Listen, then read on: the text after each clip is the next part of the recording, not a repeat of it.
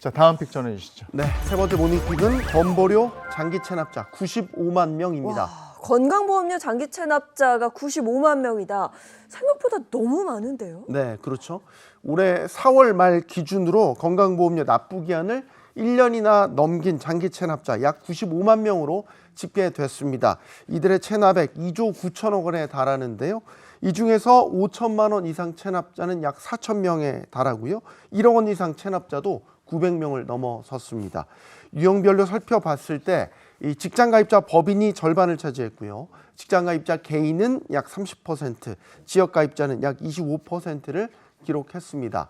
현행 국민건강보험법상 건보공단이 이 고액 상습 체납자의 인적사항을 공개할 수 있도록 하는 등의 제재 규정이 이미 있습니다.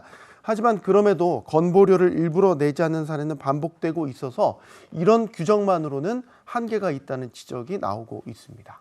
대안이 필요할 것 같은데 지금 어떤 방안이 논의되고 있습니까? 지난 5월에는 국회 보건복지위 소속 한지아 국민의힘 의원이 납부 능력이 있는데도 정당한 사유 없이 건보료를 5천만 원 이상 체납하게 되면 법무부 장관에게 출국 금지를 요청할 수 있도록 하는 건강보험법 개정안을 발의했습니다.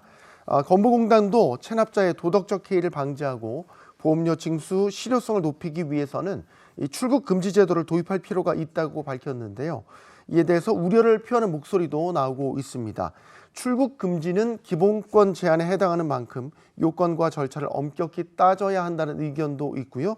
또 건보료는 세금이 아닌 사회보험료고 또 공단은 중앙행정기관이 아닌 점 등을 고려해서 더욱 신중하게 접근해야 한다는 의견도 나오고 있습니다. 그렇군요. 다음 모닝픽 전해주시죠. 네, 네 번째 모닝픽은 1억 원으로 상향. 이거 뭔지 알겠습니다. 5천만 원에서 1억 원으로 예금자 보호한도 이야기죠. 네, 그렇습니다. 이제 금융기관이 영업 정지나 파산 등으로 더 이상 예금을 지급할 수 없을 때 우리가 보호받을 수 있는 예금은 지금까지는 이제 5천만 원이었습니다. 그런데 9월 1일인 오늘부터는 예금자 보호 한도가 이제 5천만 원에서 1억 원으로 2배 상향됐습니다. 이는 지난 2001년 이후 24년 만에 상향 조정된 건데요. 일단 예금과 적금 같은 원금 보장형 상품은 가입 시점과 관계없이 모두 적용되고요. 또 예금과 별도로 한도를 적용하고 있는 퇴직연금이나 연금저축, 사고보험금 역시 1억 원까지 보호됩니다. 예를 들어서 제가 A은행에 3개 계좌에 각각 3천만 원, 4천만 원, 5천만 원을 넣어뒀다면 총 합쳐서 1억 2천만 원까지 예금이 늘어나게 되는 거죠. 이 경우에는 예금자 보호 한도 1억 원까지만 보호를 받을 수 있게 되는 건데요. 만약에 A은행에 8천만 원, B은행에 9천만 원을 넣어뒀다면 이 금액은 1억 7천만 원이 훌쩍 넘게 되죠. 네. 그런데 예금자 보호 한도가 1억이라고 하더라도 각각 다른 은행에 예치가 돼 있기 때문에 모두 보호를 받을 수 있게 되는 겁니다.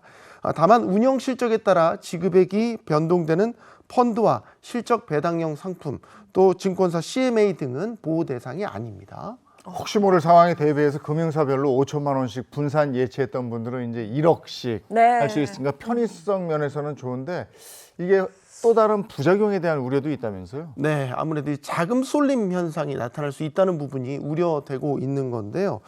이렇게 예금자 보호 한도가 상향이 되면 아무래도 시중은행보다는 더 많은 이자를 주는 이 금융권으로 자금이 이동하게 될 것이다. 이른바 머니 무브에 대한 전망이 나오고 있습니다.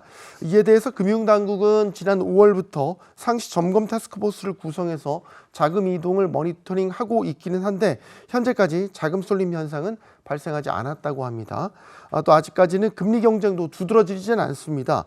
저금리 기조나 또 정부 대출 규제, 부동산 경기 악화 등으로 금융회사들이 자금을 운용할 곳이 마땅치가 않기 때문입니다. 굳이 예금자에게 높은 이자를 주면서까지 돈을 끌어올 유인이 적다는 것으로도 해석이 되죠. 다만 연말에는 상황이 달라질 수 있습니다. 저축은행들이 2022년에 고금리로 모집한 예금들이 3년 만기를 맞으면서 자금 이동이 본격화될 가능성이 분명히 있고요. 그 과정에서 1금융권, 2금융권 간 또 금리 경쟁이 붙을 수 있다는 전망도 나오고 있습니다. 그렇군요. 그럼 이 외에는 또 어떤 상황이 발생할 수 있을까요? 네, 이렇게 예금자 보호 한도가 1억 원으로 상향되면 이 금융권, 저축은행 업권 안에서도 또 다른 경쟁이 벌어질 수 있다는 건데요. 이런 자금이 대형사 등으로 몰리면서 결국 중소형 저축은행들이 타격을 입을 가능성도 있습니다. 이에 대해서 금융감독원 관계자는 중소형 저축은행에서 예금 조달에 어려움을 겪게 된다면 저축은행 주거회 등을 통해 자금이 지원될 수 있도록 미리 준비하고 있다고 밝혔습니다.